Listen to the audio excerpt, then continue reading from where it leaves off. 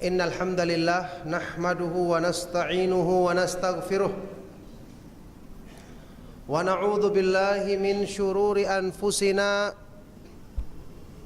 wa min sayyiati a'malina. May yahdihillahu fala mudilla lahu wa may yudlil fala hadiya lahu. Wa asyhadu an la ilaha illallah wahdahu la syarika lahu. Wa asyhadu anna Muhammadan abduhu wa rasuluh. Ya ayyuhalladzina amanu taqullaha haqqa tuqatih wa la tamutunna illa wa antum muslimun.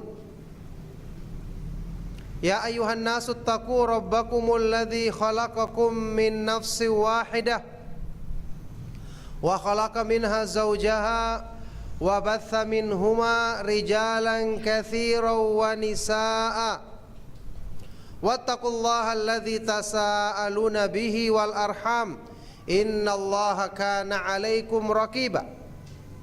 Ya ayyuhalladzina amanu taqullaha wa qulu qawlan sadida yuslih lakum a'malakum wa yaghfir lakum dhunubakum wa may yuti'illaha wa rasulahu faqad faza fawzan 'azima. Amma ba'du fa inna asdaqal hadits kitabullah wa khairal huda huda Muhammadin sallallahu alaihi wa alihi wasallam wa syarrul umuri muhdatsatuha wa kullu muhdatsatin bid'ah wa kullu bid'atin dhalalah wa kullu dhalalatin finnar wa ba'du. Alhamdulillah, ma'asyiral ikhwa wal akhwat, ma'asyiral muslimin rahimakumullah. Alhamdulillah, kita senantiasa dan selalu memuji Allah Subhanahu wa taala dan menyanjungnya atas semua limpahan nikmat dan karunia-Nya. Kita bersyukur kepada Allah Subhanahu wa taala yang mempertemukan kita di salah satu tempat yang paling dicintainya di dunia. Ahabbul biqa'i ahabbul biladi ilallahi masajiduha. Tempat yang paling dicintai oleh Allah adalah masjid-masjid di setiap kota. Kita bersyukur kepada Allah Subhanahu wa taala dipertemukan di masjid yang mubarak, Masjid Al-Ikhlas, dalam rangka untuk kebaikan yang kita inginkan senantiasa ada pada diri kita sampai kita menghadap Allah Subhanahu wa taala di akhir hayat kita nantinya. Barakallahu fikum. Dalam kesempatan kajian kita di sore hari ini,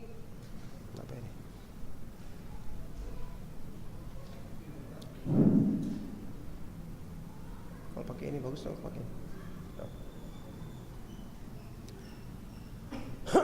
Nah, dalam kesempatan kajian kita di sore ini kita akan membahas tema tentang kembalikan hati Anda pada fitrahnya. Kembalikan hatimu pada fitrahnya. Tema ini sangat perlu untuk kita kaji dan kita renungkan, karena berhubungan erat dengan kebaikan besar, bahkan inti kebaikan pada diri kita. Apalagi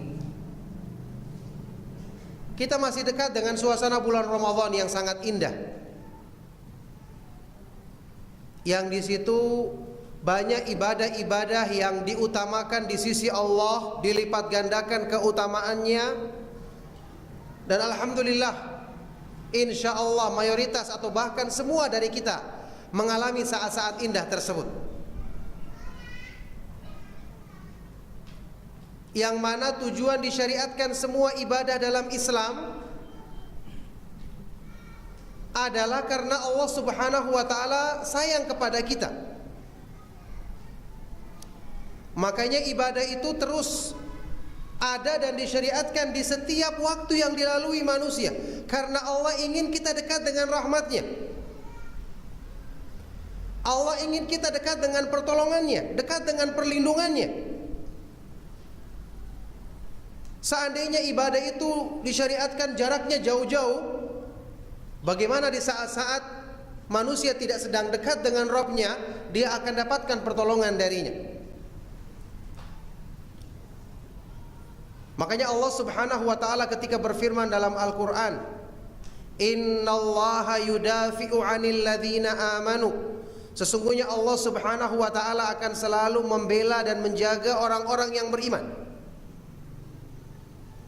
Allah Subhanahu wa taala juga berfirman, "Inna rahmatallahi qaribum minal muhsinin." Sesungguhnya rahmat Allah dekat dengan orang-orang yang berbuat baik. Ini menggambarkan kepada kita, Allah itu ingin menyempurnakan rahmatnya, karena Dia Maha Pengasih lagi Maha Penyayang, Maha sempurna rahmatnya, Ar-Rahman Ar-Rahim. Kepada siapa akan diberikan rahmatnya? Pasti kepada hamba-hambanya yang beriman.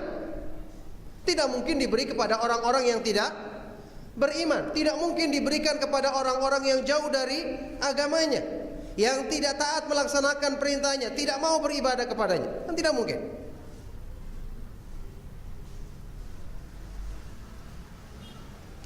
Nah sekarang kita semua tahu dan sepakat, rahmat Allah terbesar yang diturunkan kepada manusia adalah rahmat yang berupa petunjuk mengenal Islam, mengenal jalan yang lurus, mengenal jalan sunnah Rasulullah sallallahu alaihi wasallam. Ini anugerah terbesar yang diturunkan oleh Allah Subhanahu wa taala kepada manusia. Makanya ini Allah nyatakan dalam Al-Quran sebagai akbarul minan, sebesar-besar anugerah, sebesar-besar karunia. Laqad mannallahu 'alal mu'minina idz ba'atsa fihim rasulan min anfusihim yatlu 'alaihim ayatihi wa yuzakkihim wa yu'allimuhumul kitaba wal hikmah. Sungguh Allah telah memberikan anugerah yang sangat besar, karunia yang sangat agung terhadap orang-orang yang beriman, ketika Dia mengutus kepada mereka seorang nabi yang mulia, seorang rasul, nabi kita Nabi Muhammad sallallahu alaihi wasallam, dari kalangan mereka sendiri, yang kemudian nabi ini membacakan kepada mereka ayat-ayatnya, membersihkan jiwa-jiwa mereka, membersihkan hati-hati mereka, dan mengajarkan kepada mereka Al-Quran dan hikmah, yaitu sunnah. Sekarang ikhwan dan akhwat sekalian rahimakumullah, satu poin penting yang ini harus menjadi sasaran utama hidup kita, yang menjadi tujuan utama hidup kita. Kalau ini luput dari perhatian kita, maka berarti kita akan luput dari segala kebaikan yang Allah turunkan dalam petunjuknya. Yaitu permasalahan apa? Permasalahan bagaimana kita menyikapi agama. Agama diturunkan sebagai rahmat dan anugerah yang terbesar. Apakah kita sudah benar dalam menyikapi rahmat dan anugerah yang terbesar ini? Apakah kita sudah benar dalam mensyukurinya? Apakah benar-benar kita sudah jadikan agama ini sebagai sesuatu yang paling berharga dalam hidup kita? Ini permasalahan terbesar. Di dalam Al-Quran, ketika Allah Subhanahu wa ta'ala memuji hamba-hambanya yang beriman dengan keimanan yang benar, orang-orang yang mendapat petunjuk atau taufik yang sempurna dari Allah. Allah gambarkan mereka sebagai orang-orang yang hatinya terbuka, dadanya lapang menerima petunjuk Allah. Tidak ada ganjalan sedikit pun di hatinya, plong rasanya. Allah Subhanahu wa taala berfirman, "Famay yuridillahu ay yahdiyahu yashrah sadrahu lil Islam, wa may yurid ay yudillahu yaj'al sadrahu dayyiqan harajan ka'annama yas'adu fis sama." Maka barang siapa yang Allah kehendaki untuk Allah berikan hidayah yang sempurna kepadanya, Allah jadikan hatinya lapang menerima Islam. Allah jadikan jiwanya lega menerima Islam. Tidak ada halangan, masuk dengan plong, diterima dengan sepenuhnya, tidak ada keraguan-raguan. Tapi barang siapa yang Allah kehendaki dia tersesat, Allah jadikan dadanya itu sempit, hatinya tertutup, sulit menerima Islam, seolah-olah dia mendaki ke atas langit. Sebagian orang terkadang kurang berpikir. Ketika dia mendapati atau kita melihat kenyataan sebagian orang semangat belajar Islam. Ada sebagian orang yang merasa, cukup, saya sudah semangat belajar, saya sudah punya kajian rutin, saya sudah punya jadwal tetap dalam mengikuti kajian-kajian. Kita katakan, Masya Allah, ini kenyataan dan fenomena yang sangat menggembirakan. Ini adalah sebab hidayah yang sangat besar. Tapi Anda jangan berhenti sampai di situ. Anda jangan mencukupkan diri dengan itu, karena syaitan tentu tidak akan tinggal diam melihat kebaikan besar tersebut. Anugerah terbesar harusnya disikapi sebagai nikmat yang terbesar. Ketahuilah, kalau masih ada dalam diri kita perasaan lebih gembira, lebih merasa nikmat dengan sesuatu yang ada di dunia ini, melebihi dari nikmat ketika berislam, ketika belajar dan mengamalkan Islam, berarti hati kita masih berpenyakit. Berarti hati kita belum bernama qalbun salim, yang diterima oleh Allah Subhanahu wa taala dan tidak akan diterima oleh orang yang menghadap Allah pada hari kiamat yang tidak membawanya. Yauma la yanfa'u malu wala banun illa man atallaha biqalbin salim. Pada hari kiamat yang tidak bermanfaat harta maupun anak-anak, orang yang membawa harta sebanyak apapun untuk menembus tidak diterima, kecuali yang datang menghadap Allah membawa hati yang selamat, yang dipenuhi dengan iman, tidak ada keraguan-raguan padanya, tidak ada sesuatu pun yang mengalahkan indahnya iman tersebut di dalam hatinya. Coba saat ini, kalau kita ditanya, apa tujuannya Anda belajar? Apa tujuannya Anda mengikuti kajian? Apa tujuannya Anda ketika mendapatkan permasalahan bertanya tentang dalil? Ada sebagian orang yang semangat belajar, tapi target utamanya hanya sekedar supaya kelihatan dia menghafal dalil yang banyak. Dia banyak menguasai masalah agama, dipuji orang. Kepuasan dia adalah ketika menang perdebatan misalnya. Kepuasan dia adalah ketika dia pandai menyampaikan retorika yang indah ketika berceramah, atau menarik perhatian banyak orang.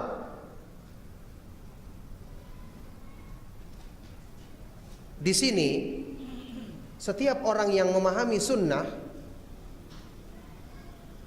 harus menanamkan dalam dirinya satu manhaj yang benar dalam menuntut ilmu. Memang ulama salaf terkenal dengan hujjah yang kuat, hafalan terhadap Al-Quran dan hadis yang mapan, keilmuan yang tinggi. Tetapi itu dibarengi dengan ketakwaan, dengan niat yang benar dalam hati. Karena mereka menjadikan ilmu sebagai sebab untuk mensucikan jiwa, membersihkan hati. Makanya tidak heran kalau kita dengar pernyataan misalnya dari sahabat yang mulia Abdullah bin Mas'ud radhiyallahu taala anhu ketika dia berkata di depan murid-muridnya, "Innakum fi zamanin katsirun fihi ulama'uhu wa qalilun khutaba'uhu, wa sayati zamanun katsirun fihi khutaba'uhu wa qalilun ulama'uhu." Kalian saat ini di zamannya tabi'in. Saat ini kalian hidup di masa orang yang berilmu banyak.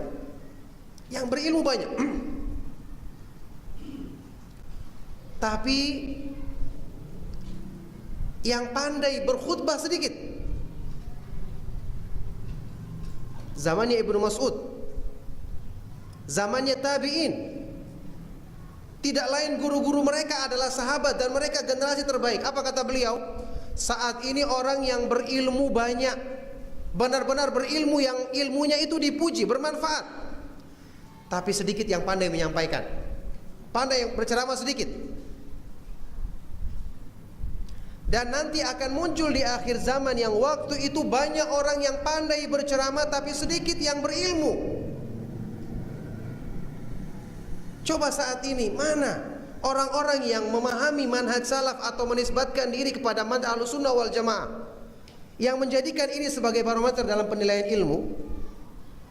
Sekarang kita ikut-ikutan. Ada seseorang yang terkenal, wah kita mengatakan orang ini terkenal, kita harus ikuti. Kita harus undang dia, kita harus datangkan dia. Tanpa melihat apa yang disampaikannya, apakah ilmiah yang disampaikannya, nukilan-nukilannya, dalil yang disampaikannya. Bahkan fenomena yang terakhir kita lihat, muncul gejala. Orang itu lebih suka dengan apa yang disebut dengan apa? Semacam kata-kata mutiara yang ditulis di status-status atau dibawakan dalam bentuk semacam puisi. Ini yang dijadikan kebanggaan. Subhanallah. Apakah Al-Quran kurang untuk menyentuh hati kita? Atau hadis Rasulullah sallallahu alaihi wasallam? Saat ini ketika ada bahasa-bahasa yang indah, orang akan nukil, sampaikan berkali-kali. Padahal kandungan dari hal tersebut jelas ada dalam Al-Quran, dalam hadis-hadis yang sahih. Kenapa tidak nukil hadis yang sahih? Ucapan ulama salaf apakah kurang? Hanya orang yang kurang dalam membaca kalimatnya para ulama salaf yang butuh untuk memunculkan kalimat dari dirinya sendiri, apalagi mengirim ke orang lain kalimat dari dirinya sendiri. Ingat, kita sejak dulu belajar agama, kita tahu agama itu yang menjadi sebab, ya, setelah taufik dari Allah Subhanahu wa taala, kalimat itu masuk ke dalam hati manusia bukan cuma karena keindahan penyampaiannya. Kalau cuma karena keindahan penyampaiannya, berarti berapa banyak saat ini orang yang ketika pandai menyampaikan kalimat mungkin seluruh jamaahnya akan menjadi baik semua. Tapi apakah begitu kenyataannya? Kalimat itu diucapkan oleh orang yang mengucapkan, ketika dia menyampaikannya dengan ilmu yang benar, dengan niat yang ikhlas, itu baru akan mudah masuk ke dalam hati, mudah menyentuh hati. Makanya kenapa Al-Quran dan Sunnah Rasulullah Sallallahu Alaihi Wasallam merupakan sebaik-baik nasihat, sebaik-baik petunjuk? Karena tentu tidak ada yang melebihi keindahan Al-Quran. Dari segi lafadznya, dari segi maknanya, keindahan hadis-hadis Rasulullah Sallallahu Alaihi Wasallam. Dari segi lafadznya, segi maknanya, kemudian tujuan dari yang menyampaikannya. Ini yang perlu diperhatikan. Sampai-sampai salah seorang ulama salaf, yaitu Imam Abu Zur'ah Ar-Razi, pernah mengatakan, waktu disampaikan kepada beliau, ada sebagian orang-orang yang selalu menukil ucapan Al-Haris Al-Muhasibi, salah seorang ahli kalam yang suka menyampaikan kalimat-kalimat yang indah karena mereka mempelajari cara-cara menarik hati dengan ucapan. Dikatakan, wah ucapannya indah, banyak hikmahnya dan seterusnya. Para ulama salaf mengetahui tidak ada yang lebih indah daripada hadis Rasulullah SAW. Tidak ada yang lebih indah daripada Al-Quran. Apa kata beliau? Man lam yakun lahu fi kitabillahi ibrah, falaisat lahu fi hadhil asya ibrah. Barang siapa yang tidak bisa mengambil pelajaran dari Al-Quran, maka tidak ada satupun di dunia ini yang akan bisa menjadi pelajaran bagi dirinya. Ini maksudnya nasihat bahwa kita dalam mendengar sesuatu harus terbiasa menjadikan sumber ilmu itu yang benar-benar sumber ilmu, bukan sesuatu yang hanya sekedar dihiasi dengan ucapan, keindahan kata-kata. Dan saya mengucapkan ini memang memaksudkan sesuatu yang sedang menggejala di antara kita.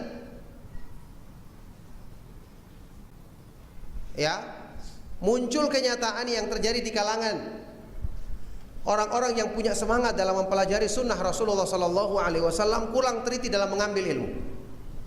Khususnya fenomena ini terjadi di daerah Jakarta dan sekitarnya. Kita tahu ada sebagian teman-teman kita yang berlebihan dalam menuduh setiap orang, ekstrim dalam menganggap segampang untuk menjadikan orang itu keluar dari ahlus sunnah. Betul. Tapi ingat, sejak dulu juga kita tahu ada di antara orang-orang yang mengaku mengikuti sunnah terlalu bergampang-gampang. Jadi Anda jangan menyangka ketika melihat sebagian dari orang-orang yang menisbatkan kepada sunnah itu terlalu keras dan ekstrim, kesalahan itu cuma sikap berlebih-lebihan saja. Tidak, kebalikannya juga ada. Kebalikannya juga ada. Jadi di Indonesia ini orang-orang yang datang ke Saudi, kemudian ketika dia datang ke sana, dia bertemu dengan orang-orang yang punya permasalahan rusak dalam pemahaman manhajnya, yang sampai mereka itu dulu ditangkap di zamannya Syekh bin Baz. Mereka punya apa ini? Istilahnya itu rekam jejak yang buruk, ya, membicarakan pemerintah, mengkafirkan pemerintah, menjelek-jelekkan para ulama ahlus sunnah. Orang-orang Indonesia, sebagian tokoh-tokoh Indonesia yang datang ke Saudi untuk bertemu dengan mereka itu ada. Cuman karena permasalahan tersebut tidak pantas disebutkan di depan umum, sebagian ustadz yang mengetahui tidak perlu menyebutkannya. Dengan kita berharap semoga gejala ini akan hilang dengan sendirinya, yang kalaupun perlu disampaikan kepada orang-orang tertentu saja.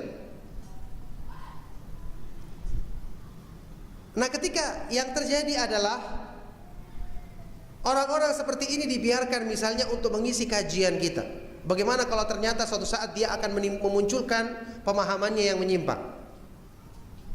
Yang paling kita khawatirkan saat ini pemahaman yang bersumber dari tokoh-tokoh yang bermasalah tersebut adalah pemahaman Khawarij, mengkafirkan pemerintah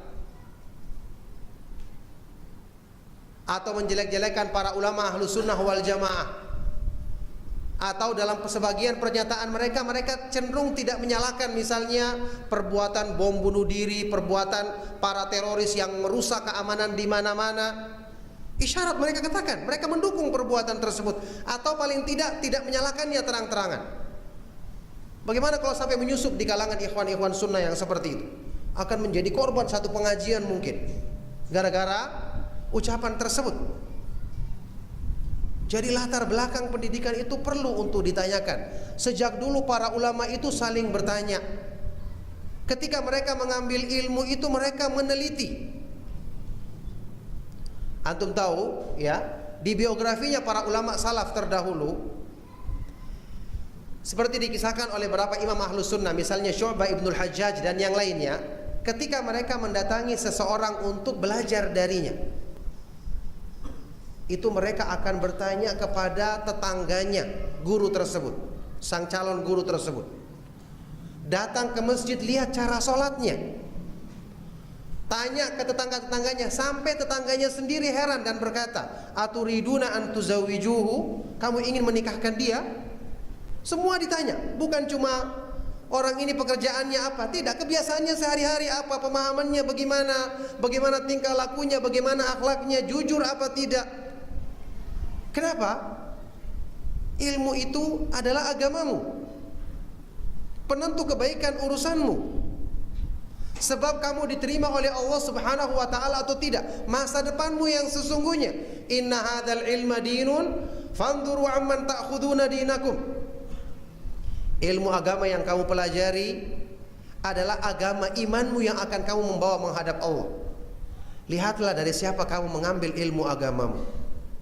Tidak benar kalau ada yang mengatakan jangan lihat orangnya, tapi lihat ucapannya. Kita katakan ada pernyataan dari sebagian ulama ahlu sunnah betul seperti ini, tapi bukan maknanya adalah mengambil dari semua orang. Tidak, maksudnya kalau itu sesama ahlu sunnah tidak boleh anda fanatik.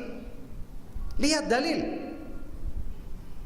Tetapi mempertimbangkan seseorang itu mana sunnah mana bukan, itu merupakan asal yang ditetapkan oleh para ulama ahlu sunnah. Tidak boleh mengambil dari sembarangan, karena akan ikut terpengaruh kita dengan pemahaman yang disampaikan oleh guru tersebut. Mesti akan berpengaruh. Makanya sebagian orang ada yang berdalil misalnya dengan kisahnya Abu Hurairah yang disebutkan dalam hadis riwayat Imam Bukhari dan Muslim ketika dia menjaga zakat. Inti kisahnya, syaitan datang berkali-kali mencuri zakat. Sampai akhir kisah ini syaitan mengajarkan kepadanya bacaan yang dibaca sebelum tidur, yaitu baca ayat kursi sebelum tidur. Kemudian ditanyakan kepada Rasulullah SAW, maka Rasulullah SAW mengatakan, sadaqaka wa huwa kadzub. Benar ucapannya padahal dia adalah pendusta. Mereka langsung berdalil, ini saja Abu Hurairah mengambil ilmu dari iblis dan Rasulullah tidak menyalahkannya. Kita mengatakan anda orang bodoh, tidak paham agama. Kalau seandainya Abu Hurairah mengambil ilmu dari iblis, dia tidak perlu bertanya kepada Rasulullah SAW. Dan seandainya Abu Hurairah atau seseorang itu boleh mengambil, Rasulullah tidak akan mengatakan dia benar padahal dia pendusta. Coba sekarang anda datang ke dokter untuk periksa atau pengobatan penyakit yang serius. Ya, ada orang mengatakan sama anda, dokter ini 10 kali gagal, 1 kali berhasil. Mau nggak berawat sama dia? Kira-kira dia pernah mengoperasi orang 100 kali, 60 kali mati orangnya, 40 kali berhasil. Mau nggak sama dia kira-kira? Tidak ada yang mau kan? Jangankan 90%, mungkin 50-50 seorang masih ragu-ragu. Ini kata-kata dengar baik-baik. Shadaqaka wa huwa kadzub. Kadzub itu dalam bahasa Arab pendusta yang sangat banyak berdusta. Kali ini dia benar tapi dia banyak berdusta. Coba kira-kira anda kalau bertanya sama seseorang, ada seseorang yang ingin anda jadikan teman dagang misalnya. Oh, dia ini orangnya pernah sekali amanah tapi 7 kali berkhianat. Kira-kira anda mau? Jelas tidak ada yang mau. Ini menunjukkan bahwa Nabi SAW memperingatkan jangan ambil dari dia. Kali ini dia benar, itu pun dibenarkan dengan adanya apa? Wahyu dari Allah Subhanahu wa ta'ala. Bukan berarti Nabi menyuruh ambil ilmu dari iblis atau dari syaitan tersebut. Na'udzubillahi min dzalik. Ala kulli hal, ini contoh dari hal-hal yang menjadi sebab kenapa ilmu di kalangan ulama salaf itu demikian bermanfaat dan mudah membentuk pribadi-pribadi yang bertakwa, karena mereka itu belajarnya benar, pengambilan sumbernya benar, kekaguman mereka kepada ilmu itu benar-benar kagum kepada ilmu, dan dibiasakan hati mereka kagum kepada ilmu, bukan kepada selainnya. Ini yang menjadikan keistimewaan generasi mereka. Nah sekarang ma'asyiral ikhwa wal akhwat fi din rahimakumullah, dalam kajian kali ini tema yang akan kita bahas tentu sangat berhubungan erat dengan apa yang saya katakan tadi. Kembalikan hati anda pada fitrahnya. hati ini adalah asal kebaikan. Antum kalau buka ayat-ayat Al-Quran dan hadis-hadis Rasulullah SAW, antum akan dapati hati itu selalu disebutkan dalam bentuk sebagai sumber kebaikan, sumber petunjuk, takwa yang hakiki, hidayah yang sesungguhnya, dan semua bahasa-bahasa yang menunjukkan bahwa segala kebaikan itu bersumber dari hati manusia. Coba lihat firman Allah Subhanahu wa taala dalam surat Al-Hajj. Dzalika wa may yu'azzim sya'airallahi fa innaha min taqwal qulub. Yang demikian itu, barang siapa yang mengagungkan syiar-syiar Allah, maka itu bersumber dari ketakwaan yang terdapat dalam hatinya. Ini didukung dengan hadis Rasulullah SAW yang sahih, riwayat Imam Muslim. Beliau pernah bersabda, at-taqwa hahuna, takwa itu terletak di sini, di dalam hati manusia.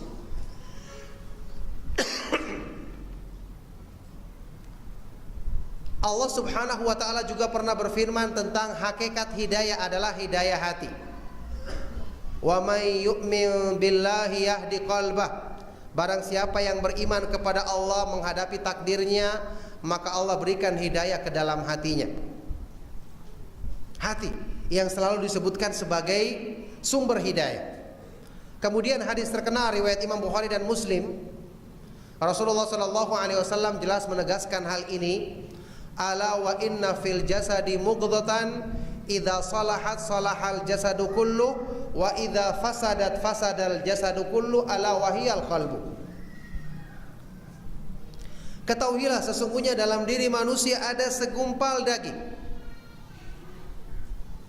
Kalau segumpal daging ini baik, maka akan baik semua tubuh manusia. Kalau buruk, maka akan buruk semua tubuh manusia. Segumpal daging ini adalah hati. Tentu maksudnya di sini bukan berarti anggota badan tidak perlu, bukan.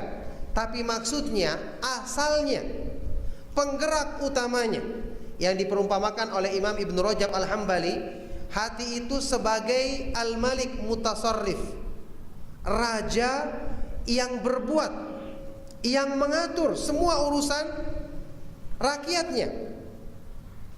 Sementara anggota badan yang lain itu seperti pengawal, seperti bawahan yang menuruti semua perintah sang raja.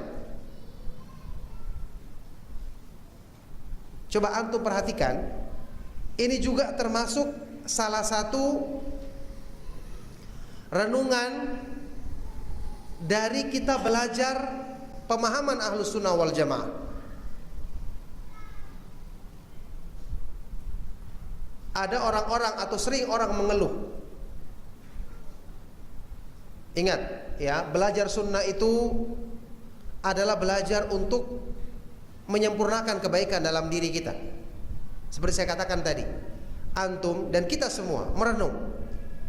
Ya, siapapun kita bertanya, saya mengikuti kajian sudah berapa lama? Saya belajar sudah berapa lama? Pelajaran tentang tauhid, tentang akidah, tafsir atau hadis-hadis yang saya kaji sudah berapa banyak? Sekarang pertanyaannya, apa yang membekas di hati saya? Apa yang merubah ketakwaan pada diri saya? yakni keikhlasan dalam beramal, khusyuk dalam ibadah. Kita selalu bertanya dalam diri kita, kenapa? Ada sebagian orang kalau dia bekerja, dia bisa semangat sekali bekerja. Sampai kita dengar orang-orang yang lupa waktu dalam bekerja. Tapi pernahkah ada orang yang lupa waktu ketika beribadah? Saking semangatnya beribadah sampai tidak ingat waktu. Hampir tidak ada yang seperti itu. Ada orang yang baca Al-Quran sampai lupa waktu. Hampir tidak pernah kita dengar. Hanya cuma kisah-kisah para ulama salaf terdahulu saja. Orang semangat mengejar sesuatu saat ini banyak, yaitu ketika semangat makan misalnya, diundang makan, orang semangat sampai nambah berkali-kali, banyak.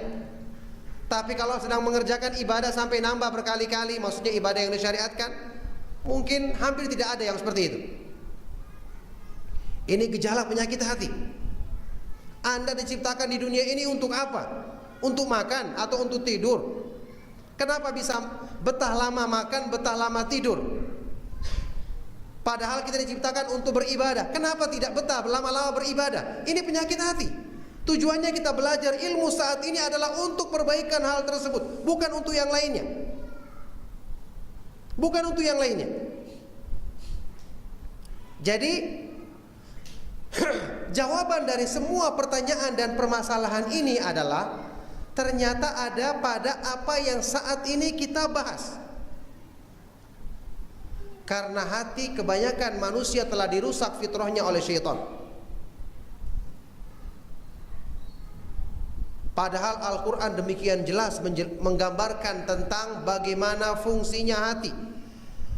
Hidayah asalnya adalah di hati, ketakwaan asalnya di hati.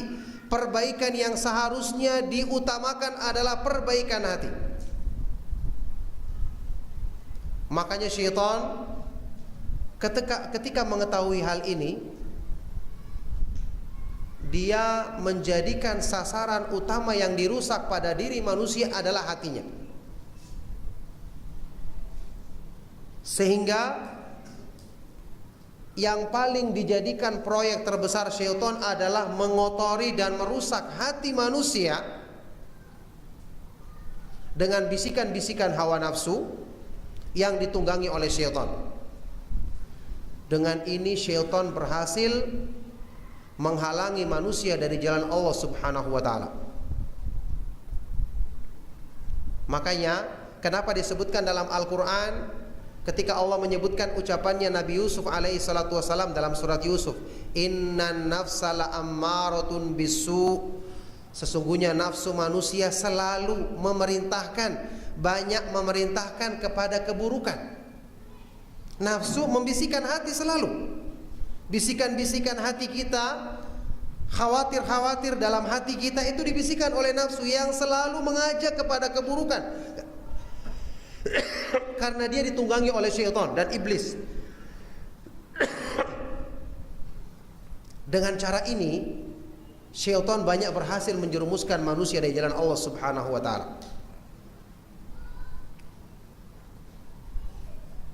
Makanya orang yang beriman kepada Allah Subhanahu wa taala dan hari akhir, yang dianugerahkan pemahaman yang benar, mereka mendapatkan bagian rahmat Allah Subhanahu wa taala yang besar. Karena Allah Subhanahu wa taala menjadikan asalnya agama itu adalah indah.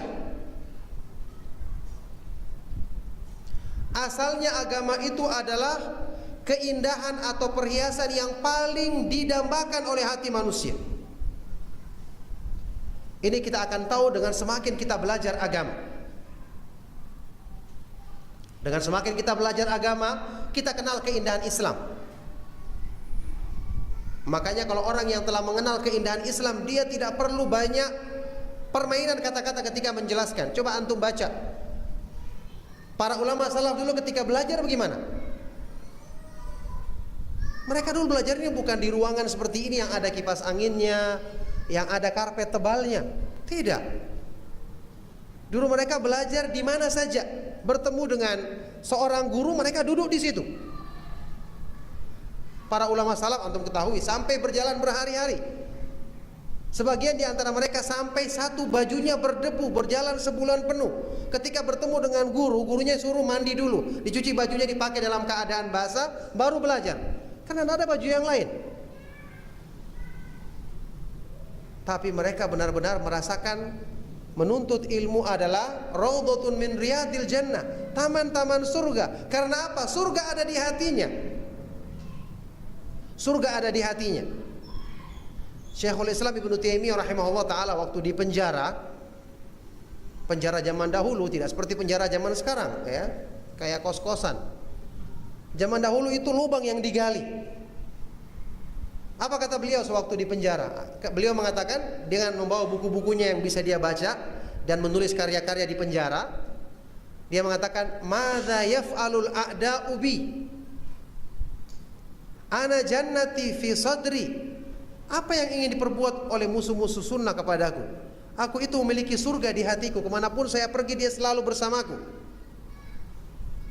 Ini hakikatnya orang yang merasakan keindahan Islam. Jadi dulunya mereka tidak menuntut ilmu dengan fasilitas yang mewah. Terus apa yang mereka lakukan? Coba antum baca biografinya para ulama salaf. Ketika mereka belajar dulu, yang dibacakan cuma hadis Rasulullah sallallahu alaihi wasallam. Antum pernah baca buku-buku hadis kan? Isinya cuma qala al-Imam Bukhari haddatsana fulan, qala akhbarani fulan, an fulan, qala an Ibnu Mas'ud radhiyallahu anhu qala Rasulullah sallallahu alaihi wasallam. Begitu saja isinya. Cuma menyebutkan rawi-rawi kemudian hadis Rasulullah sallallahu alaihi wasallam.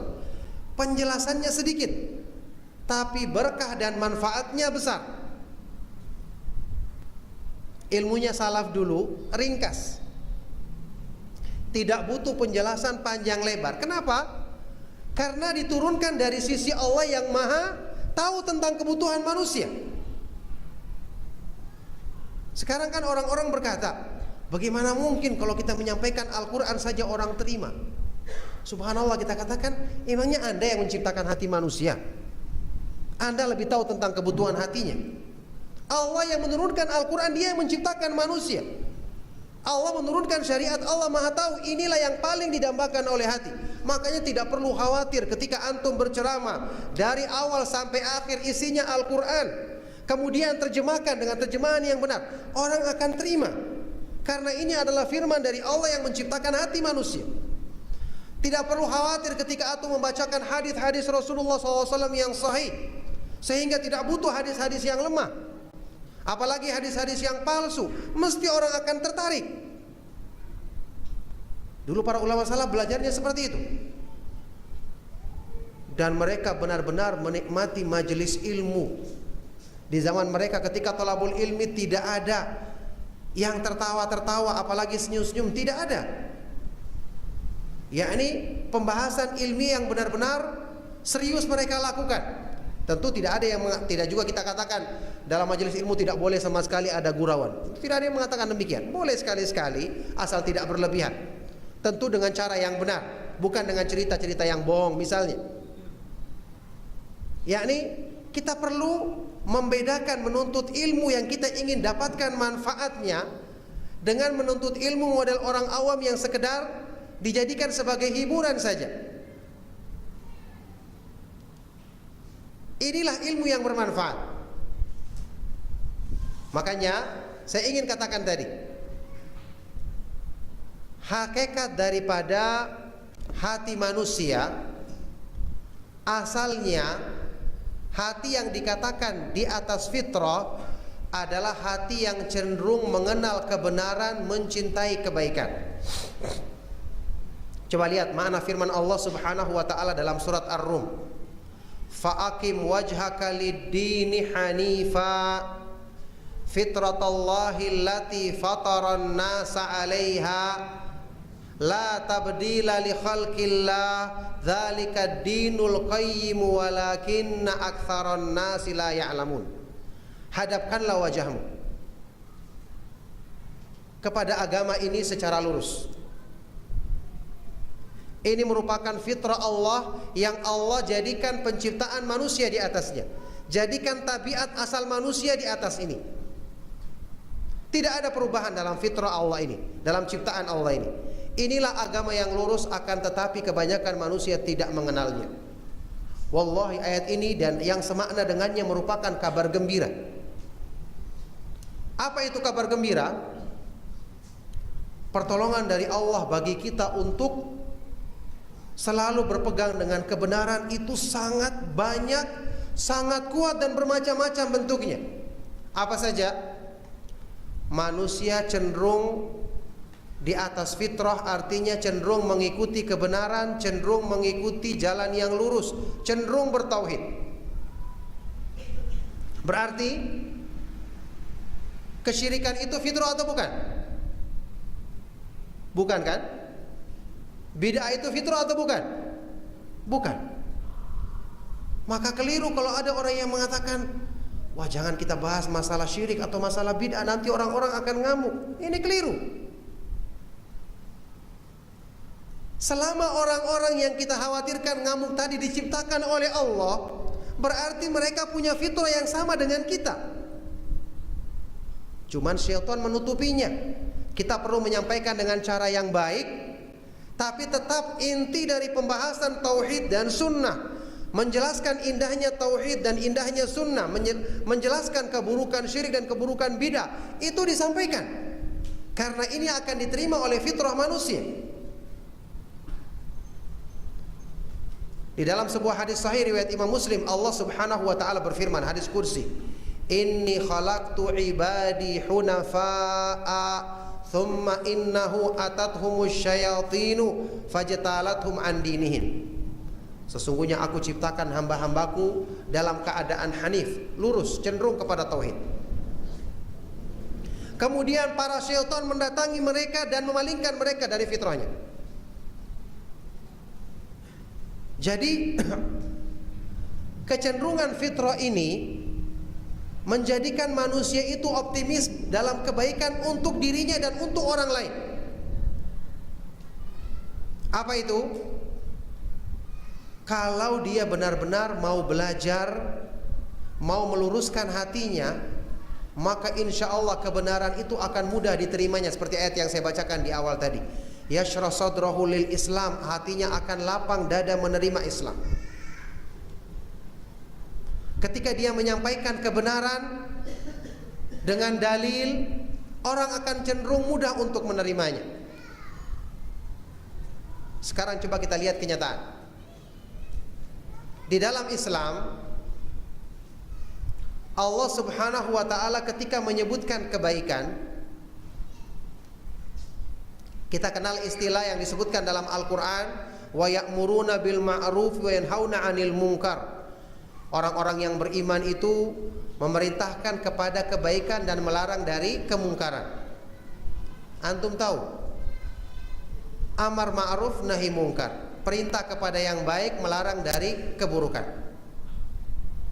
Asalnya al-ma'ruf itu bukan artinya kebaikan.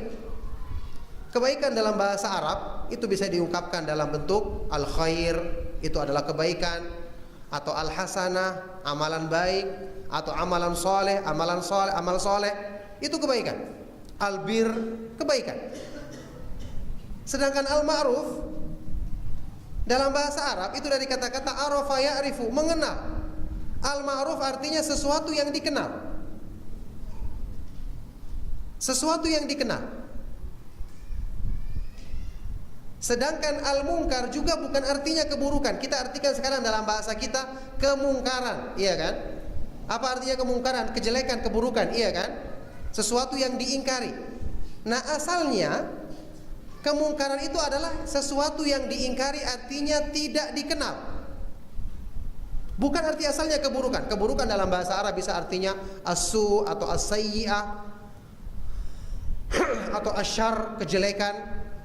Al-khabith, sesuatu yang buruk. Ini semua bahasa-bahasa Arab yang mengandung arti jelek dan buruk. Ar-radi, sesuatu yang tidak baik. Itu dalam bahasa Arab. Adapun al-munkar artinya tidak dikenal. Makanya jangan antum salah faham kalau dikatakan nanti manusia ditanya oleh malaikat munkar dan nakir. Wah, berarti malaikat buruk. Malaikat ada yang buruk. Semua taat kepada Allah. Kenapa dinamakan malaikat munkar dan nakir? Karena mayat tidak kenal sama malaikat tersebut. Baru bangun dalam kuburnya, tiba-tiba ditanya sama makhluk asing. Itulah disebut malaikat munkar dan nakir. Mayat tidak mengenalnya. Coba baca kisahnya Nabi Ibrahim dalam Al-Quran. Ketika malaikat datang, Nabi Ibrahim mengatakan apa? Salamun qaumum munkarun. Malaikat mengucapkan salam, maka Ibrahim menjawab salamnya. Keselamatan bagi kaum yang mungkar. Berarti mereka ini jelek. Berarti Nabi Ibrahim menuduh orang jelek. Bukan. Maksudnya Nabi Ibrahim, selamat bagi kalian wahai orang-orang yang saya tidak kenal. Siapa kalian ini? Kan dia belum tahu waktu itu malaikat yang datang. Iya kan? Jadi mungkar itu asalnya bukan keburukan. Tetapi setelah dipakai dalam istilah bahasa Arab, Kemungkaran itu yang kemudian jadi bahasa kita adalah sesuatu yang buruk. Padahal hukum asalnya atau asal artinya adalah sesuatu yang tidak dikenal oleh hati. Kesimpulan apa yang kita ambil dari pembahasan ini? Ketika kebaikan itu disebut dengan al-ma'ruf, berarti kebaikan itu yang pertama kali dikenal oleh hati manusia. Ketika keburukan disebut dengan al-munkar, berarti keburukan itu asalnya diingkari oleh manusia. Sekarang pertanyaannya berikutnya, kalau sudah kita pahami ini, berarti hati itu lebih mudah menerima mana? Kebaikan atau keburukan? Asalnya lebih mudah menerima kebaikan, karena itu yang dikenalnya. Ibaratnya itu adalah kenalan lamanya. Adapun keburukan itu adalah penyusup yang terpaksa diterimanya, karena itu yang tiap hari masuk, ya mau tidak mau diterima. Maka dalam makna ini, ikhwan wal akhwat fid din rahimakumullah, inilah sebabnya hati itu tidak mungkin tenang sebelum dia kembali kepada kebenaran. Karena bagaimana mungkin hati tenang dengan sesuatu yang diingkarinya? Terpaksa hati itu menerima keburukan karena memang ini yang ada di depannya saat itu.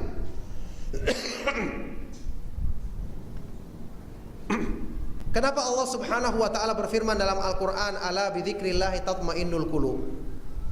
Ketahuilah dengan mengenal Allah hati manusia menjadi tenang. Karena seperti tadi, orang itu kalau tidak kenal kebenaran, tidak menjadikan kebenaran menetap dalam dirinya, dia tidak akan tenang. Wallahi, tidak ada sesuatu pun di dunia ini yang bisa menenangkan hati kecuali petunjuk yang diturunkan oleh Zat yang menciptakan hati itu sendiri.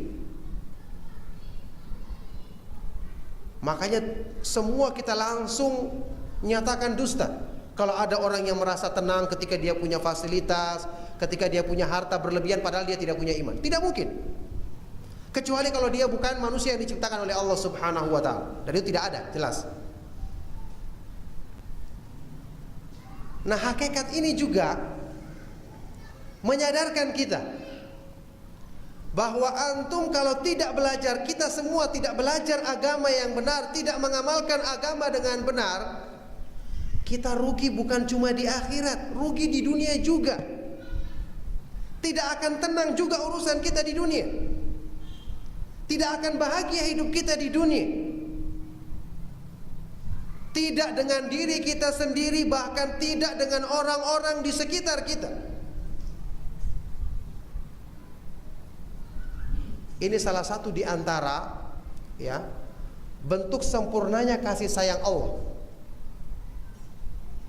Dia menjadikan agama itu demikian indah. Makanya orang yang belajar agama dengan benar, dia akan berlomba mengejar agama ini. Bukan cuma mencari, berlomba-lomba. Antum tahu dalam Al-Quran disebutkan orang-orang yang soleh itu kan berlomba-lomba dalam beragama kan? Mungkin tidak terbayang dalam diri kita, kok bisa ya orang berlomba-lomba dalam kebaikan?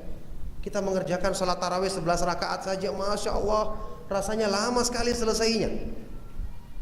Kapan imamnya ini baca doa qunut witir supaya selesai? Itu yang kita rasakan. Tapi dalam Al-Quran disebutkan, ulaika yusari'una fil khairati wa hum laha sabiqun. Mereka adalah orang-orang yang selalu bersegera dalam kebaikan dan berlomba-lomba mengerjakannya. Kok aneh ada manusia seperti ini? Innahum kanu yusari'una fil khairat, para nabi dan para rasul.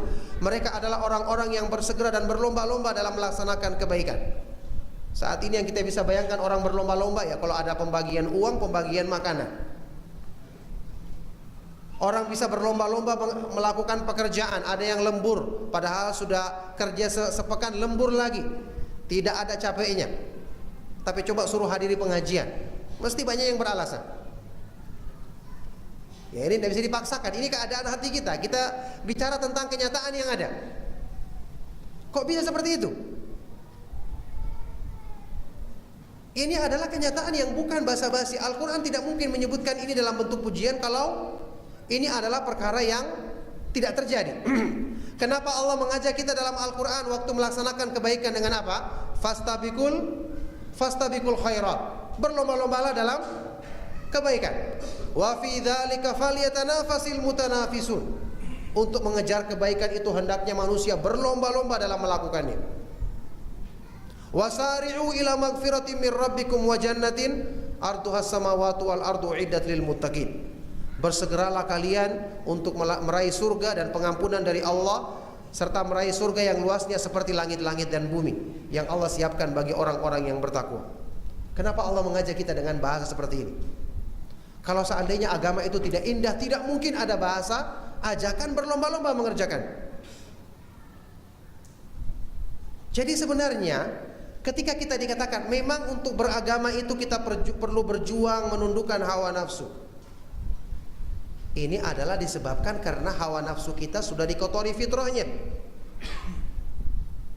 Padahal hukum asalnya seandainya dia belum dikotori, dia tidak perlu diajak, tidak perlu dipaksa, dia akan mencari dengan sendirinya. Iya kan? Iman itu kan sudah pernah kita bahas, mungkin sudah antum sering dengarkan kajian tentang manisnya iman. Iman itu manis, iman itu lezat, digambarkan dalam hadis-hadis yang sahih. Apakah ada orang yang berselisih mengatakan sesuatu yang manis itu adalah yang dicari, tidak perlu dipaksa orang untuk mengerjakannya? Iya kan? Namanya manis dan lezat.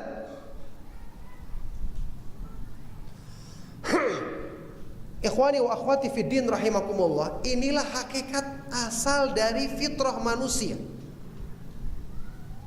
Untuk tujuan inilah kita belajar agama, dan untuk hikmah terbesar inilah Al-Quran diturunkan, hadis-hadis Rasulullah SAW disampaikan, mengembalikan manusia pada fitrahnya agar mereka tahu kenikmatan tertinggi di dunia ini adalah ketika dekat dengan Allah Subhanahu wa ta'ala.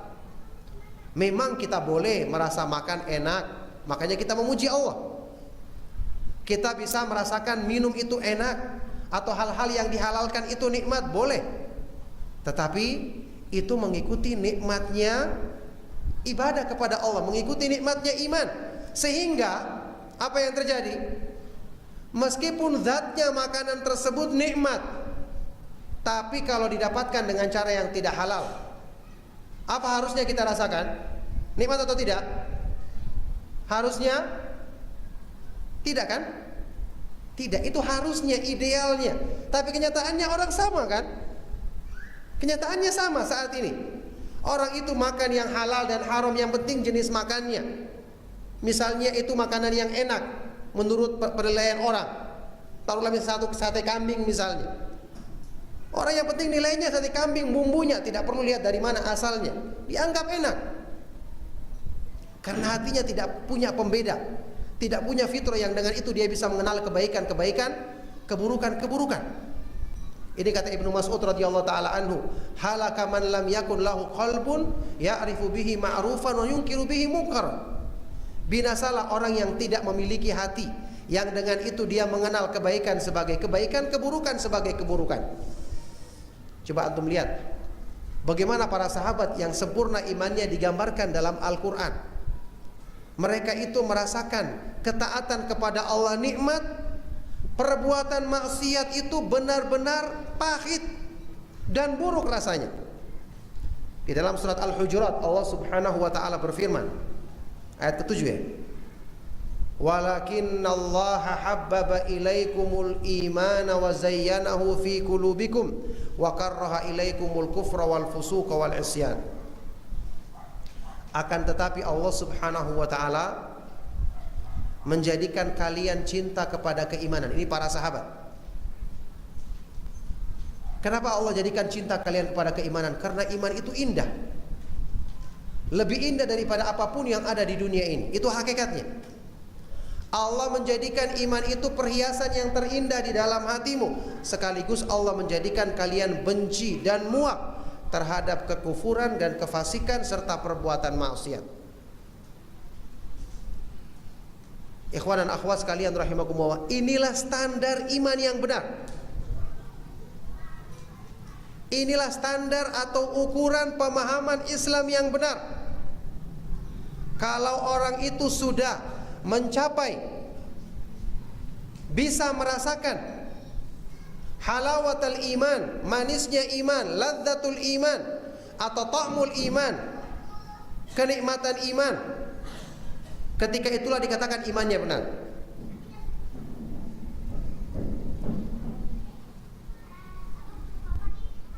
Ketika itulah dikatakan imannya sahih.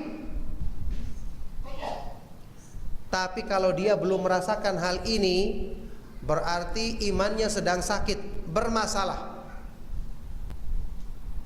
Contoh yang saya pernah bawakan di beberapa kajian, dan ini dibawakan oleh Ibnu Qayyim rahimahullah ta'ala. Kalau ada seseorang yang kita hidangkan padanya makanan enak, sate ayam atau sate kambing atau apa saja, makanan yang disepakati oleh semua orang yang sehat enak, ada kita hidangkan sama seseorang, semua yang lain lahap menyantapnya, cuma dia yang tidak senang menyantapnya. Kira-kira orang ini sedang apa? Sedang bermasalah apa? Sedang sakit. Mungkin dia sariawan, mungkin dia sedang demam, mungkin dia kurang enak badan, lidahnya terasa pahit, pokoknya berpenyakit. Atau lebih gampangnya mungkin coba bawakan makanan enak ke rumah sakit, kasihan ke pasien-pasien, tidak ada yang makan, seenak apapun, semahal apapun makanannya. Kenapa? Bukan bermasalah di makannya, tapi di orangnya. Orang ini akan dikatakan sembuh dan sehat, di antara ukurannya adalah kalau dia sudah bisa merasakan nikmatnya makanan tersebut. Berarti kita semua harus sadar bahwa kalau kita beribadah belum merasakan nikmat, itu tandanya hati kita masih berpenyakit. Hati kita belum kembali kepada fitrah. Ini berarti membutuhkan kita lebih banyak berdoa kepada Allah Subhanahu wa ta'ala, lebih serius lagi belajar Islam, lebih banyak lagi harusnya merenungkan Al-Quran, karena Al-Quran memang diturunkan sebagai syifa'un lima fis sudur, obat bagi penyakit hati. Ini masalah serius. Bagaimana kalau ada seorang yang dalam kondisi seperti ini dia mati menghadap Allah Subhanahu wa ta'ala? Berarti dia belum membawa qalbun salim, tidak akan diterima menghadap Allah. Na'udzubillahi min dzalik. Dari sinilah, ma'asyiral ikhwa wal akhwat fid din rahimakumullah, saya ingatkan kepada antum sekalian, ya, nikmat besar yang Allah berikan kepada kita, alhamdulillah, dengan segala kekurangan yang ada pada diri kita, kita diberi kesempatan untuk belajar ilmu. Yang ini merupakan anugerah terbesar yang Allah berikan kepada generasi terbaik umat ini. Bisa belajar Al-Quran dengan tafsir yang benar, ini bukan perkara yang gampang, apalagi di akhir zaman yang penuh dengan fitnah. Bisa belajar hadis-hadis yang sahih. Makanya antum jaga nikmat ini. Saya katakan tadi, Masya Allah, saya melihat fenomena yang terjadi saat ini, ya, ketika di jejaring sosial, di WA, kemudian di BBM atau di Facebook atau di media-media sosial lainnya, orang-orang gampang menyebarkan kalimat-kalimat mungkin baik, tapi kita katakan, antum sudah kenal sunnah, kenapa tidak mencukupkan diri menyebarkan sunnah? Selama itu ada hadisnya, sampaikan hadis. Itu akan lebih bisa menyentuh hati manusia. Juga hadisnya harus hadis yang sahih. Ada sebagian orang saat ini nukil hadis dimanapun tanpa kecuali, ya, hadis riwayat Ibnu Majah. Subhanallah, Anda pernah belajar apakah semua hadisnya Ibnu Majah itu hadis sahih? Ibnu Majah itu bahkan yang paling lemah syaratnya di antara pemilik hadis yang 6, karena dia ada sebagian hadis palsu yang dinukilnya. Dan dia menjelaskan, memang Ibnu Majah, Imam At-Tirmidzi, Imam Ahmad dalam musnadnya, Abu Daud, An-Nasai tidak mengatakan kitabku ini kitab sahih, sehingga mereka memang tidak disalahkan memuat hadis-hadis yang tidak sahih, karena dia tidak mengatakan saya hanya mengumpulkan hadis-hadis yang sahih. Dia mensyaratkan hanya mengumpulkan hadis-hadis yang dipakai dalil oleh para ahli fikih. Kemudian dia dengan menyebutkan sanad, dia menyuruh kita untuk meneliti sanad tersebut. Tidak boleh kita menukil riwayat Ibnu Majah, selesai. Harus ada siapa ulama yang mengatakan hadis ini sahih atau derajatnya hasan atau lemah. Itu wajib. Tidak boleh seperti itu. Ini bukan sifatnya penuntut ilmu. Hadis riwayat Imam Ahmad, siapa yang mengatakan? Yang disepakati oleh para ulama antum ketahui adalah hadis riwayat Imam Bukhari dan Muslim atau salah satu dari keduanya. Sedangkan Imam Hakim yang mengatakan semua hadisnya sahih saja masih dikritik. Ibnu Khuzaimah, Ibnu Hibban masih dikritik. Jadi tidak pantas seorang penuntut ilmu mengabaikan hal seperti ini, karena ini berhubungan dengan kemanfaatan ilmu. Apalagi dengan kenyataan yang saya katakan tadi.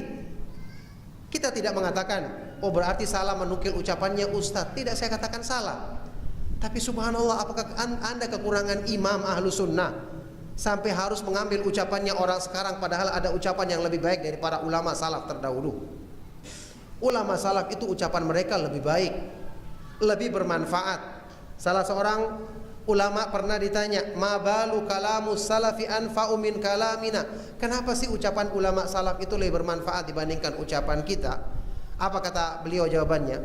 Li'annahum takallamu li'izzatid din wa najatin nufus wa ridhar rahman. Karena mereka itu kalau berbicara untuk kemuliaan agama, untuk keselamatan diri, mencari ridhonya Allah. Wa nahnu natakallamu, adapun kalau kita bicara li'izzin nufus, untuk memuliakan diri, cari popularitas. Wa talabid dunya, mencari dunia. Wa ridhal khalq, mencari ridhonya manusia. Beda. Jadi ucapan itu saya katakan dari awal tadi dinilai bukan dari sekedar indahnya kalimat. Mungkin antum pernah dengar kisah dari salah seorang ulama tabi'in atau tabi'ut tabi'in yang terkenal, Muhammad ibnu Wasi'. Muhammad ibnu Wasi' ini salah satu perawinya Imam Muslim dalam kitab Sahih Muslim. Beliau pernah didatangi oleh seorang penasehat, penceramah. Dia mengadukan tentang ketika dia menceramai banyak orang, kenapa orang-orang ini sulit terpengaruh. Ya, ini waktu ceramah kelihatannya tunduk, wah serius, tapi keluar, masya Allah, kembali seperti semula. Ya, seperti kata orang, masuk dari telinga kiri, keluar dari kiri lagi, nggak sempat masuk. Apa jawabannya? Ternyata beliau punya jawaban yang analisanya lebih dalam. Dia memanggil, dia mengatakan, ya fulan, ma ra'aitul qauma utu min kibalik. Wahai fulan, menurut pandanganmu keadaan mad'umu ini bukan dari mereka masalahnya, dari kamu sendiri. Subhanallah, lihat ini telitinya seorang ulama ketika menjawab permasalahan. Yani jangan terburu-buru mengatakan, wah memang mad'uku ini semua tidak baik, semua ini, semua tidak ada yang mau kebenaran, semua kurang ajar. Semua kan kadang-kadang orang begitu, gampang menyalahkan orang lain, tidak melihat dirinya sendiri. Kata beliau, permasalahan yang menimpa mereka tidak lain sebabnya dari kamu. Kenapa? Dia mengatakan, fa inna dzikra idza kharaja minal qalbi waqa'a 'alal qalbi. Sesungguhnya nasihat itu ketika keluar dari dalam hati, keluarnya ikhlas dari hati akan mudah masuk ke dalam hati. Subhanallah. Nasihat ketika ucapannya keluar dari hati akan mudah masuk ke dalam hati. Jadi nasihat itu dipengaruhi dengan keikhlasan, dipengaruhi dengan ketakwaan orang yang menyampaikannya, dipengaruhi dengan benarnya ilmu yang dipelajarinya. Inilah yang menjadikan ilmu agama itu beda dengan ilmu dunia. Kalau anda belajar ilmu dunia, yang penting orangnya pandai menjelaskan, biar penjahat sekalipun orang akan paham. Ilmu dunia tidak ada syaratnya harus orang yang menyampaikannya itu orang yang bertakwa. Yang penting dia bisa bikin contoh, dia bisa menjelaskan dengan penjelasan yang baik, apalagi dengan pede, orang akan gampang terima pelajarannya. Tapi ilmu agama tidak. Itulah ilmu agama sebabnya harus dipelajari dengan melihat keadaan sang guru. Makanya kualitas dari guru itu yang akan menentukan keadaan murid-muridnya. Ya, dan subhanallah dalam pepatah kita sudah ada yang seperti itu, ya kan? Guru kuncing berdiri, murid kencing berlari. Ada juga yang bilang murid kencingi gurunya. Ini lebih parah keadaannya. Jadi ini keadaan yang menjadikan kita sadar. Itulah sebabnya kenapa banyak kendala dalam belajar kita kalau kita tidak hati-hati dalam menuntut ilmu agama. Ingat, selalunya ilmu yang bermanfaat itu, ingat ini kaidah. Selalunya yang namanya kebaikan itu di setiap zaman itu, apalagi di akhir zaman itu semakin sedikit. Semakin sedikit. kita tidak mengingkari, Masya Allah, ketika kita melihat ceramah yang dilaksanakan oleh para masyayikh kita dihadiri oleh banyak orang. Ketika Syekh Abdul Razak mengadakan tabligh akbar di Masjid Istiqlal, dihadiri ratusan ribu, kita bersyukur sekali, Masya Allah. Tapi kita yakin kaidah ya, bahwa di antara yang banyak yang hadir tidak akan jadi semua. Bukan kita mengingkari kebaikan dari orang-orang tersebut, tapi ini menjadikan kita hati-hati. Antum tahu, saya pernah sampaikan sebuah nasihat yang saya nukil dari ucapannya Imam Al-Khatib Al-Baghdadi. Subhanallah, seorang ulama ketika dia menukil ucapan ulama itu dengan ketelitian yang sangat. Imam Bukhari kita tahu semua, Muhammad ibnu Ismail Al-Bukhari, pemilik kitab Sahih Bukhari. Beliau pernah menyampaikan sebuah kalimat. Dia mengatakan di depan murid-muridnya, ya, afdalul muslimina rajulun ahya sunnatan min sunani Rasulillah sallallahu alaihi wasallam qad umita fasbiru ya ashabas sunan fa innakum aqallun nas. Orang muslim yang paling utama adalah orang yang menghidupkan sunnah Rasulullah sallallahu alaihi wasallam yang telah dilupakan manusia. Bersabarlah wahai ahlu sunnah, kalian yang paling sedikit jumlahnya. Wallahi, saya pertama membaca tulisan ini tidak ada sama sekali pikiran saya untuk mengambil kesimpulan di akhir ucapannya. Yang saya dapatkan waktu itu pertama kali saya baca tulisan ini, ucapan beliau ini, orang ahlus orang yang paling sunnah adalah yang menghidupkan sunnah, orang yang muslim yang paling utama yang menghidupkan sunnah yang ditinggalkan manusia. Cuma itu yang saya ambil kesimpulan. Ternyata Al-Khatib Al-Baghdadi sewaktu menukil ucapan ini, dia menyebutkan satu faedah. Setelah itu dia menukilkan ucapan para ulama terdahulu yang sama dengan ini. Apa itu? Imam Bukhari ketika menukil ucapan ini, Imam Bukhari itu lahirnya tahun 194 Hijriah, meninggal tahun 256 Hijriah. Jadi beliau hidup di masa keemasan periwayatan hadis, abad ketiga Hijriah. Disitulah muncul buku-buku Sahih Bukhari, Sahih Muslim, Sunan Abu Dawud, Sunan Tirmidzi, buku-buku yang menjadi rujukan utama dalam ilmu hadis, ilmu sunnah. Zaman keemasan periwayatan hadis itu artinya di situ masa sebanyak-banyaknya orang menghadiri majelis hadis. Antum tahu waktu itu di majelis hadis yang diadakan oleh para ulama sampai pernah salah seorang khalifah menyuruh salah seorang sekretarisnya untuk menghitung, dia tidak mampu menghitung. Waktu dulu mungkin tidak ada kalkulator ya, tidak ada alat penghitung yang mudah. Coba diperkirakan, tidak mampu dia menghitung, saking banyaknya orang yang hadir. Dari sini yang disoroti oleh Imam Khatib Al-Baghdadi. Kenapa Imam Bukhari mengatakan bersabarlah wahai ahlu sunnah karena kalian paling sedikit jumlahnya. Coba kita bayangkan, kalau ulama lain saja yang menghadiri majelisnya ribuan, apalagi Imam Bukhari itu gunungnya penghafal hadis ibaratnya. Amirul Mukminin fil hadis, pimpinannya kaum mukminin dalam masalah hadis Rasulullah SAW, yang hadir puluhan ribu. Tapi dia mengatakan kalian paling sedikit jumlahnya.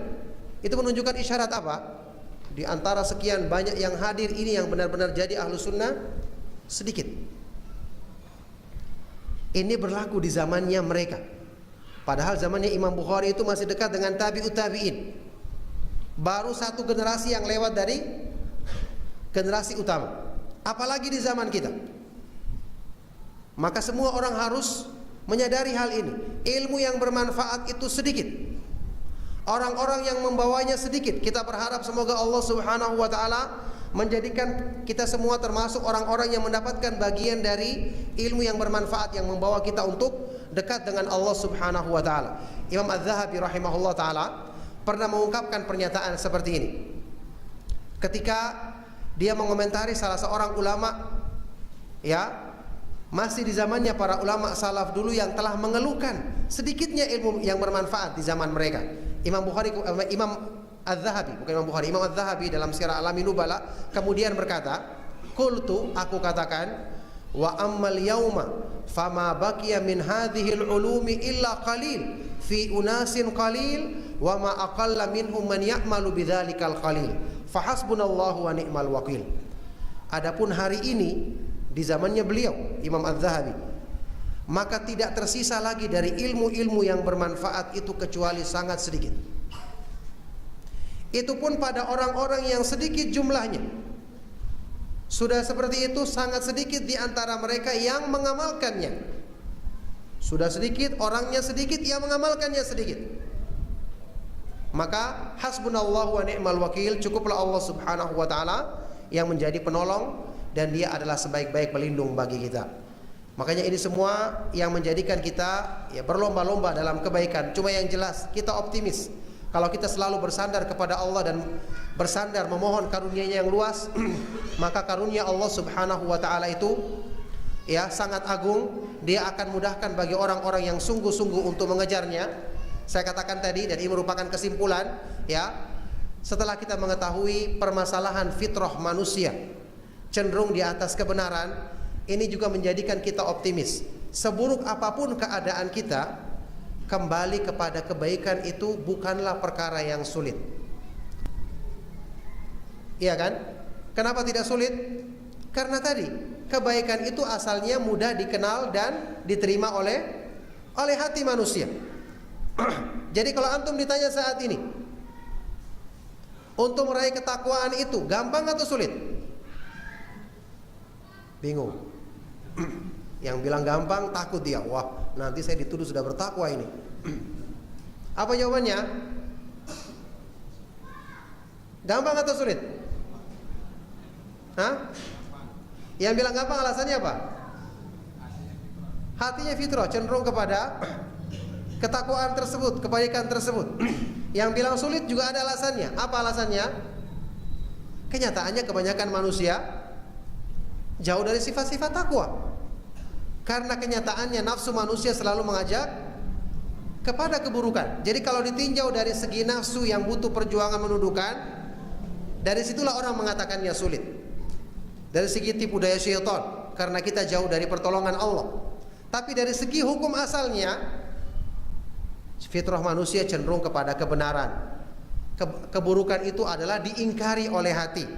Kemudian petunjuk Al-Quran Allah mudahkan.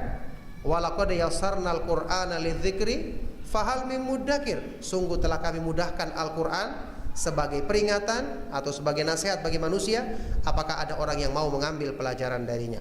Jadi hukum asalnya itu adalah dimudahkan kalau kita selalu berusaha mohon kepada Allah Subhanahu wa taala yang Dia Maha Kuasa atas segala sesuatu. Barakallahu fikum. Masih banyak penjelasan dalam makalah tersebut yang sudah dibagikan yang belum saya sampaikan di kajian kali ini. Apa yang saya sampaikan cuma sekedar membangkitkan motivasi kita untuk kita lebih semangat lagi. Kelengkapan dari pembahasan ini dan banyak dalil-dalil yang belum saya sampaikan ada di makalah tersebut, bisa antum baca kembali. Semoga apa yang kita kaji di kesempatan sore hari ini bermanfaat dan menjadi sebab kebaikan bagi kita semua, dan semoga Allah Subhanahu wa taala senantiasa memudahkan hati kita kembali kepada fitrahnya, memudahkan kita untuk meraih manisnya iman, merasakan nikmatnya ketika beribadah dan melaksanakan ketaatan kepada Allah Subhanahu wa taala. Demikianlah, mohon maaf jika ada yang salah dan kurang. Sallallahu wasallam wa barak ala nabiyina Muhammad wa ala alihi wa sahbihi wa man tabi'ahum bi ihsanin ila yaumiddin wa akhiru da'wana anil hamdulillahi rabbil alamin.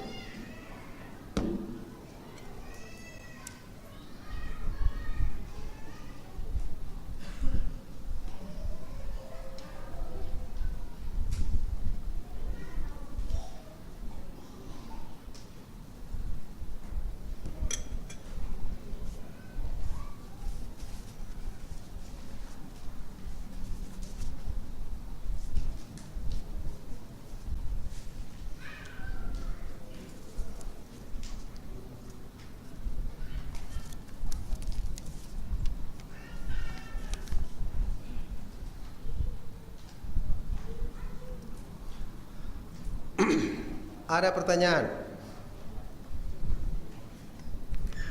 Assalamualaikum Ustaz, apakah kita bisa bersatu dalam manhaj dan pemahaman yang berbeda?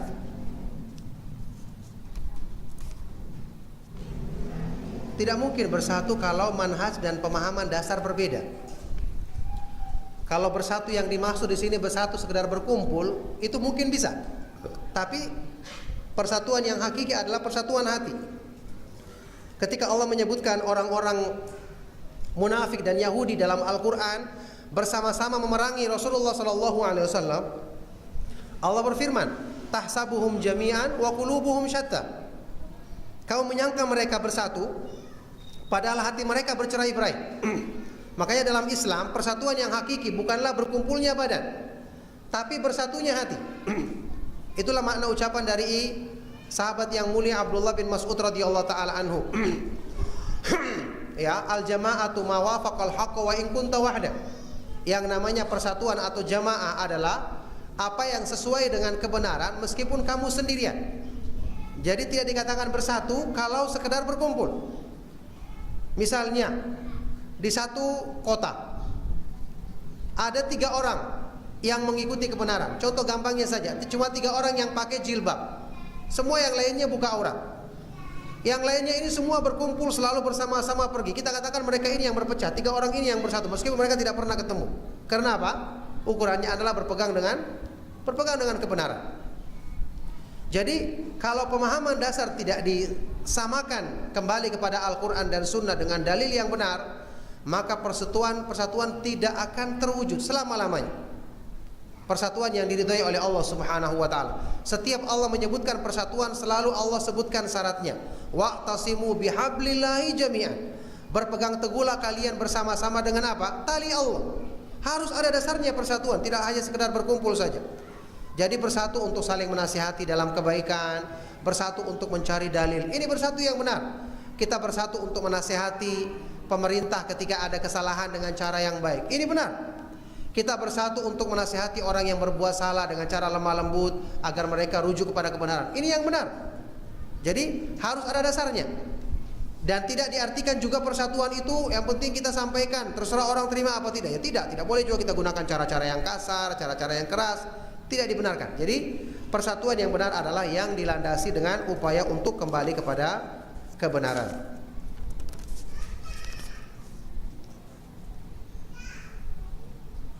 Bagaimana menyikapi rekan kerja yang berbeda manhaj yang terlihat sinis? Ya, diperintahkan dalam Al-Quran kalau cuma sikap-sikap dia yang sinis jangan dibalas. Karena Allah Subhanahu wa taala memerintahkan irfa' billati hiya ahsan, tolaklah dengan cara yang baik. yakni kita membalas keburukan dengan kebaikan. Itu akan melunakkan hatinya. Kalau cuma urusan pribadi kita, Rasulullah sallallahu alaihi wasallam ya, kata Aisyah radhiyallahu taala anha, man taqama Rasulullah sallallahu alaihi wasallam li nafsihi qat. Rasulullah sallallahu alaihi wasallam tidak pernah dendam karena urusan pribadinya yang dilanggar. Cuma sekedar dia sinis kepada kita, ini tidak ada pengaruhnya. Tetap kita ucapkan salam, kita senyum, kita berbuat baik. Bahkan di sini ujian bagi keikhlasan kita. Kalau urusan pribadi kita yang dilanggar, dia sinis, kasih hadiah sama dia, karena hadiah dianjurkan dalam Islam. Balas dengan hal yang disyariatkan, insya Allah Allah akan bukakan taufik bagi hati orang-orang yang dikehendaki kebaikannya. Kalau memang orang tadi dikehendaki kebaikannya, Allah akan jadikan hatinya terbuka dengan sebab kebaikan atau dakwah yang kita sampaikan.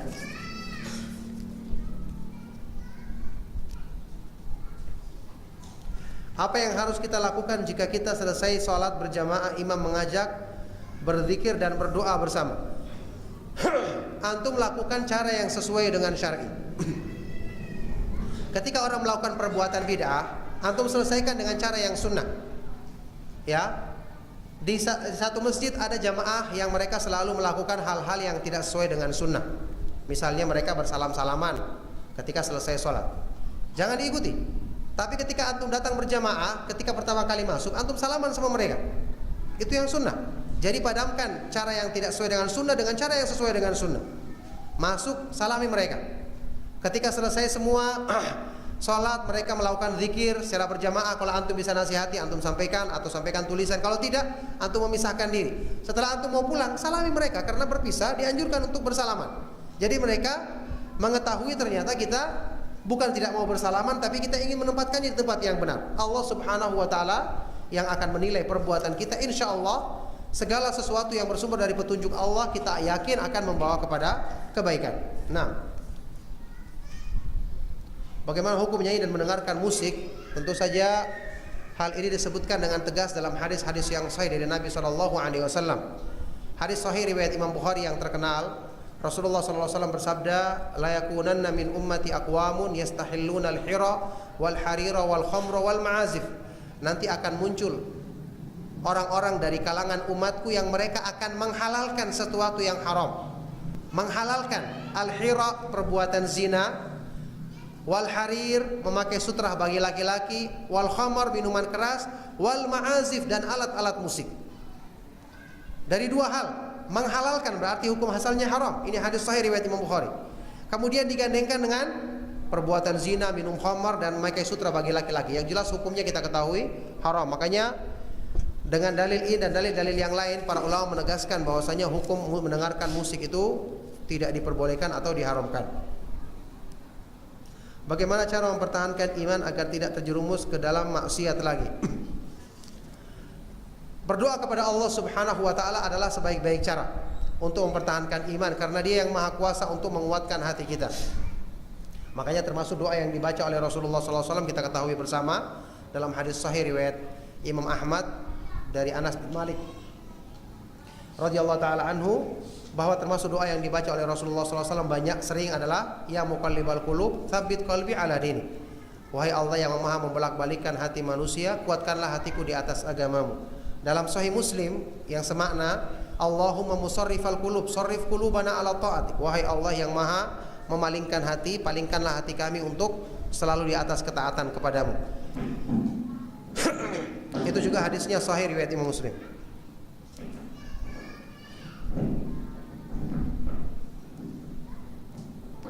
Kemudian tidak kalah pentingnya setelah itu adalah mengenal keindahan Islam. Tidak ragu lagi, manusia itu akan selalu mempertahankan sesuatu yang dianggapnya indah. Dalam urusan kita sehari-hari, sesuatu yang kita anggap baik, apalagi kita nikmati, tidak akan mungkin kita tinggalkan. Kita akan mau meninggalkan sesuatu kalau kita rasa ada yang lebih baik. Orang yang telah mengenal indahnya Islam, manisnya iman, maka tidak ada lagi keindahan yang lebih indah dibandingkan itu. Itulah puncak dari segala keindahan. Maka kalau sudah demikian, dia tidak akan meninggalkannya selama-lamanya. Makanya hakikat istiqomah yang sesungguhnya adalah orang yang telah merasakan manisnya iman, sehingga dia merasakan cinta kepada Allah itu tidak ada lagi yang menandinginya dalam segala urusannya. Maka dengan itu dia tidak akan meninggalkannya selama-lamanya. Makanya ini yang diusahakan dengan kita belajar agama yang dengan pemahaman yang benar, kenal keindahannya, ini insya Allah akan menjadikan kita lebih mudah untuk istiqamah dengan izin Allah.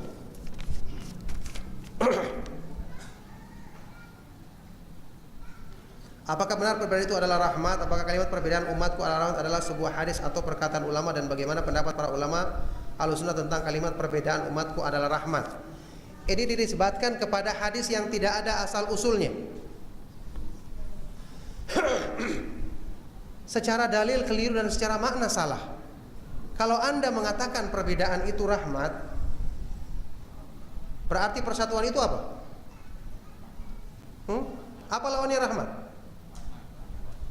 Azab atau bencana, iya kan? Kalau kita benarkan pernyataan ini, pertama hadisnya palsu atau tidak ada asal usulnya. Perbedaan rahmat, berarti persatuan apa? Azab. Wah, bahaya sekali kalau seperti itu. Jadi tidak boleh kita itu meridhoi perbedaan. Orang itu tidak boleh menginginkan perbedaan. Terjadi perbedaan, tetapi orang tidak menghendaki adanya perselisihan. Jadi ingat, kita perlu memahami, membedakan antara kenyataan dan idealis. Misalnya saat ini kita katakan saat ini lebih banyak orang-orang yang salatnya tidak khusyuk. Apakah kita katakan oh berarti ini rahmat? Tidak. Kita katakan ini salah. Kita harus kembali kepada salat yang khusyuk. Saat ini banyak orang yang tidak berlomba-lomba dalam kebaikan. Berarti apakah itu baik? Tidak. Allah dalam Al-Quran ketika menyebutkan orang-orang yang mendapatkan rahmat adalah orang yang tidak berselisih. Allah Subhanahu wa taala berfirman, "Wala yazaluna mukhtalifin illa man rahima rabbuk." Senantiasa manusia itu akan berselisih kecuali orang yang dirahmati. Artinya apa?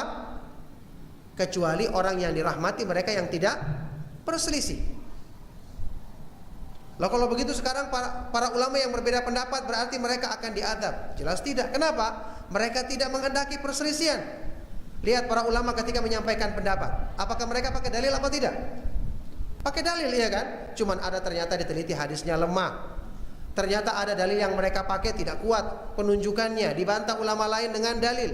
Ini menunjukkan mereka berselisih bukan sengaja. Itulah yang sampai kepada mereka. Makanya mereka tetap orang yang mendapatkan rahmat karena mereka tidak sengaja menyelisih dalil. Adapun orang yang telah sampai kepadanya dalil, dia telah tahu ada hadisnya, dia sengaja menyelisih dengan alasan perbedaan rahmat. Kita mengatakan orang seperti ini justru yang akan mendapatkan azab. Karena dia sengaja menyelisihi perintah Rasulullah SAW yang disebutkan dalam Al-Quran. Allah Subhanahu wa ta'ala berfirman, "Falyahdharil ladzina yukhalifuna an amrihi an tusibahum fitnatun aw yusibahum adzabun alim." Hendaknya berhati-hati orang yang menyelisihi perintah Rasulullah SAW akan ditimpa fitnah keburukan atau ditimpa azab yang pedih. Nah,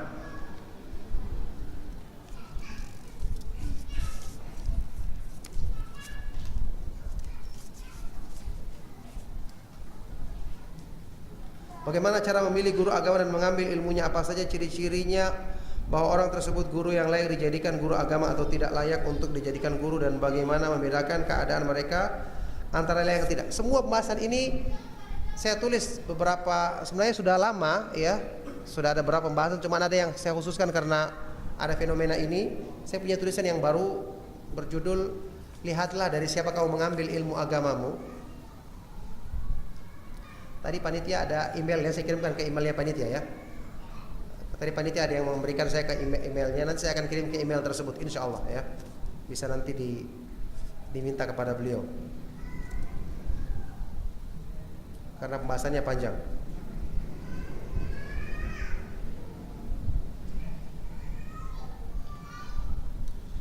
Pada hakikatnya fitrah manusia adalah berada pada kebaikan, menerima kebaikan. Bagaimana pada ayat-ayat Al-Quran yang mengatakan kebanyakan manusia tidak bersyukur, kebanyakan manusia tidak beriman? Itu kesalahan Anda memahami. Keadaan kebanyakan orang bukan menjadi dalil. Berarti kebanyakan manusia banyak yang terpengaruh dengan tipu daya syaitan. Ketika dikatakan fitrah asal manusia pada kebaikan, Allah tidak mengatakan kebanyakan manusia itu mengikuti fitrahnya, tidak. Ya, jadi justru ini menjadi renungan bagi kita untuk tidak mengikuti keadaan kebanyakan manusia. Makanya Allah berfirman dalam Al-Quran, "Wa in tuti' aktsara man fil ardi yudilluka an sabilillah." Kalau kamu menuruti kebanyakan manusia di muka bumi, mereka akan menyesatkanmu dari jalan Allah. Ini dalil tidak boleh mengikuti suara terbanyak. Ya, karena itu akan menyesatkan manusia dari jalan Allah Subhanahu wa taala. Makanya demokrasi itu batil menurut penjelasan para ulama dengan dalil apa yang diantaranya ayat yang saya sebutkan tadi. Ya. Nah, makanya ini yang menjadi pelajaran bagi kita semua, bahwa keadaan kebanyakan orang itu bukan menjadi dalil untuk mengikuti kebenaran. Kebenaran itu adalah apa yang terdapat dalam ayat Al-Quran dan hadis-hadis yang sahih dari Rasulullah SAW.